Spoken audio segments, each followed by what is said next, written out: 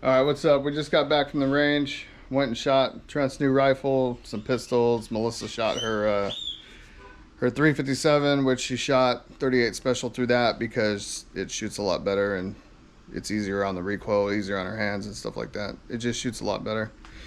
I shot my 45, my 1911. Didn't have any issues with that. I shot my Betty, my 5.56 rifle. I haven't taken her out to the range in a while, and I just added a Ultradyne comp to her so that way she matches the other two that I have. But just got home and wanted to show off Trent's new rifle and talk about some things with it. All right, here we are. This is Melissa's Ruger LCR, chambered in 357, but like I said again, we shoot it in 38 special. It just shoots a lot smoother. It's a little 5-shot revolver, hammerless. I got this initially for her because it would easily fit into her purse. It's very tiny. She has small hands. Fits her hands very well. This one has a very smooth action trigger. That's one thing I love about this pistol.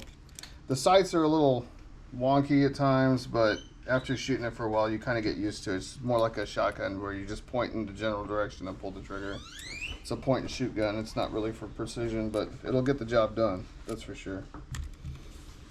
Then mine's a Springfield 1911. It's a M1A1.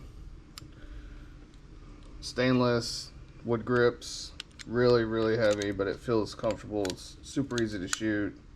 Real smooth action. Trigger pulls very nice. Absolutely love this pistol.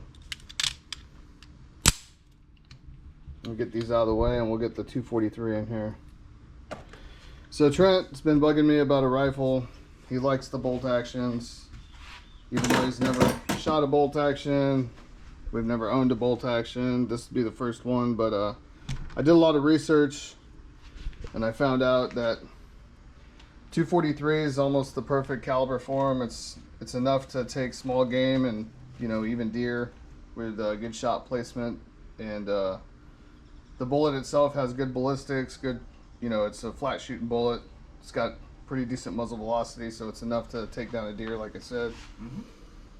And we ended up going with the Savage because they say they have really good accuracy and really smooth triggers. This does have the Accu trigger on it, so the trigger is adjustable, but I'm not going to touch it because it's perfect where it's at. It's a 2 to 7 pound trigger, and if I had to guess, I'd say it was probably set to 3 or 3.5 pounds straight from the factory. It's at least to me what it feels like. This one is in a timber camo, I think is what they call it. It's pretty neat. It came with a 3x9 Bushnell Banner scope.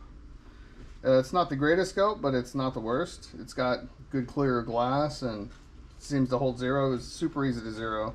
So in one of my videos, I was the first to take the shot just to make sure the gun functioned.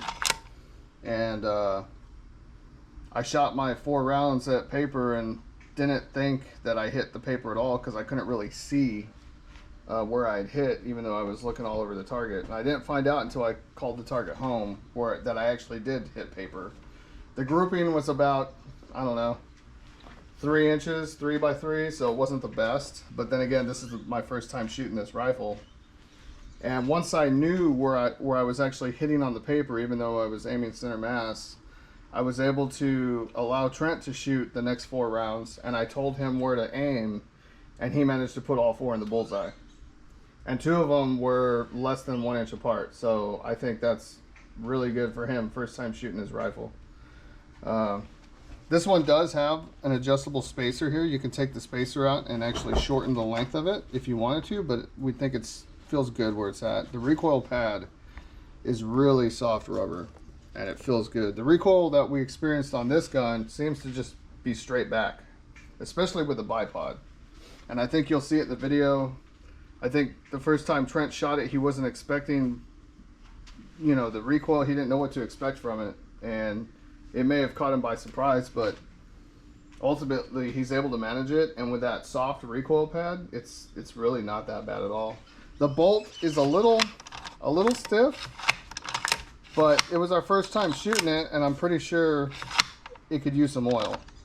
So the action back and forth is not bad at all. Where it likes to hang up is when you're locking it. But I think that's because when you pull up, you have to reset the trigger. That's the trigger reset right there. This right here is the trigger reset, and then it'll open.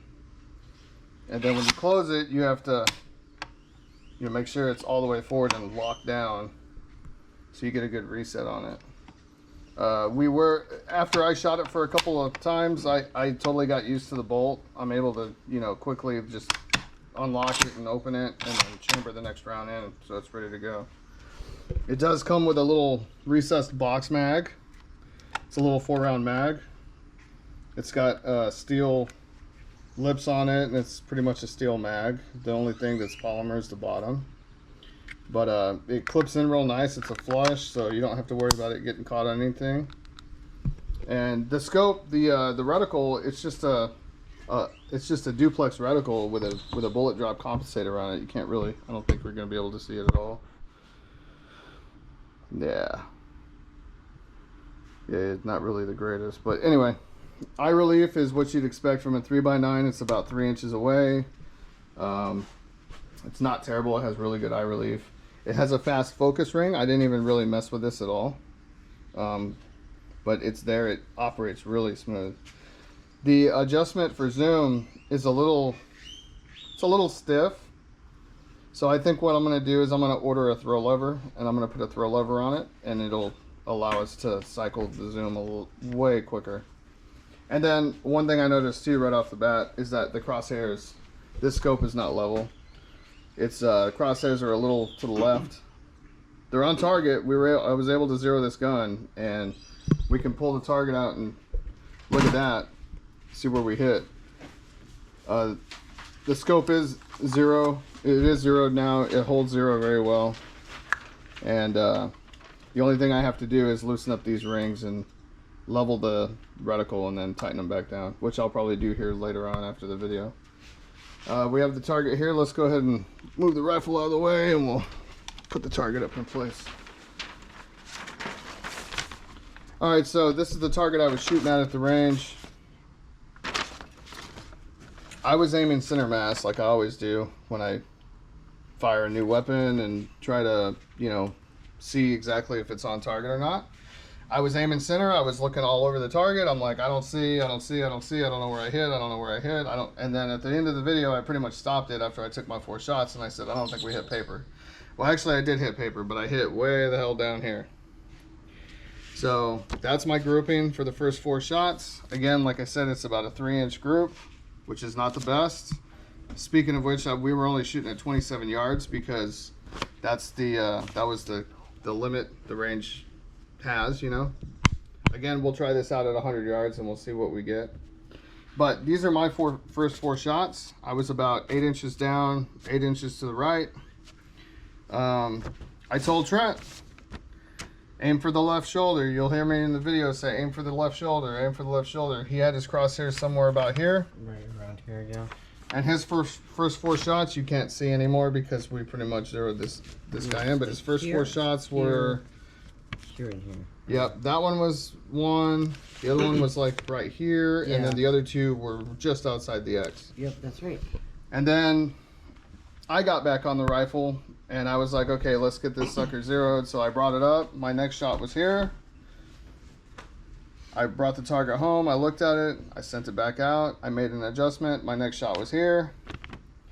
And then I was like, okay, I need to go 1 inch to the left and 4 inches up. I made that final adjustment, and my last 2 were right in the bullseye. And then all these other ones. So I also shot target. These other bullets here. They're not from the 243.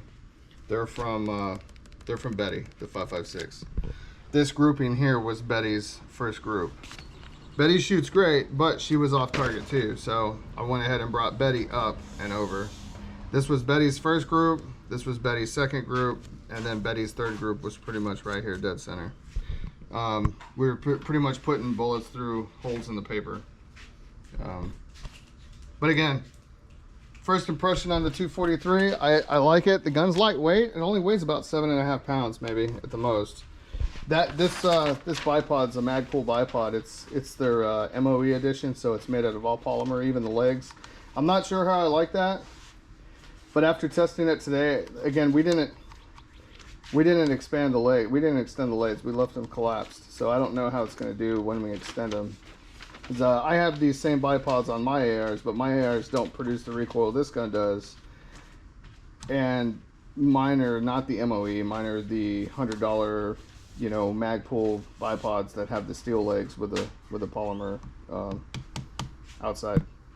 So mine are slightly different. Mine can actually cant the gun left and right. This one cannot because it's on a swivel sling stud, and it's basically just locked like that. And that's also a reason why I could tell that the crosshairs were not level. I couldn't cant the gun to get the crosshairs level, so it is what it is, you know. But it shoots good. We really have to get used to the bolt, but over time we'll get used to the bolt. The safety is actually super easy to operate. You know, it's just like a little thumb switch. Red is dead, right? So back is safe, forward is fire. Really easy to use, but it's kind of in a weird place. I mean, when you open this bolt, let's say you're done shooting, because most ranges they'll have you open your bolt to show that you're empty. If you don't safe it before you open it, you're gonna have to close the bolt. You know, let's say you're in fire. You're gonna have to bring it forward, close the bolt, and then basically bring it back to show that you're clear and safe. You can't really, with this bolt back, you can't really tell that you're safe unless you kind of look at an angle and see if you see that red dot. But other than that, we need to figure out a name for this gun. We don't know yet. I haven't picked a name for it, but Jack Daniel.